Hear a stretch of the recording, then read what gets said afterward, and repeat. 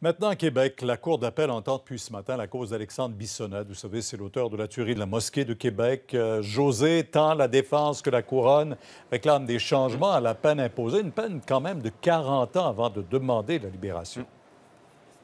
C'est plutôt exceptionnel de voir vraiment les deux parties en appeler d'une décision, mais évidemment qu'ils le font là, avec des objectifs fort différents. La défense qui souhaite voir réduire cette peine de 40 à 25 ans. La couronne, de son côté, croit plutôt qu'une peine de 50 ans serait appropriée. C'est l'avocat de la défense qui a tout d'abord présenté son argumentation ce matin. Il a été questionné par les trois juges de la Cour d'appel qui entendent justement cette cause.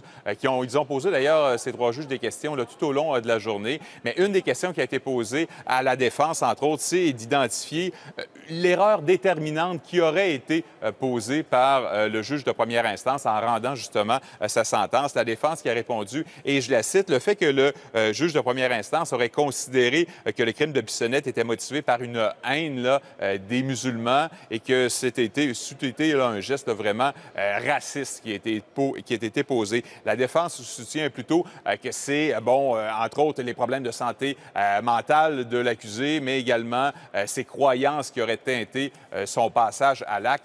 Il y a bien sûr là, des membres de la communauté musulmane qui assistent à cette audience. J'ai parlé à l'une d'elles, je lui ai demandé ce qu'elle pensait de tout ça. Voici ce qu'elle avait à dire. Je ne pense pas que c'est pas ça la raison, mais parce que sinon il aurait choisi un autre endroit. Ça ne veut pas dire qu'il avait le droit de faire un autre drame ailleurs, mais de toute façon c'est bien ciblé.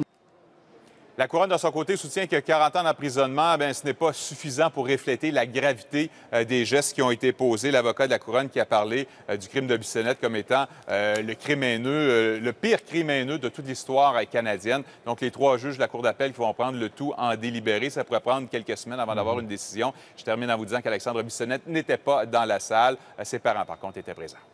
Merci. Au revoir.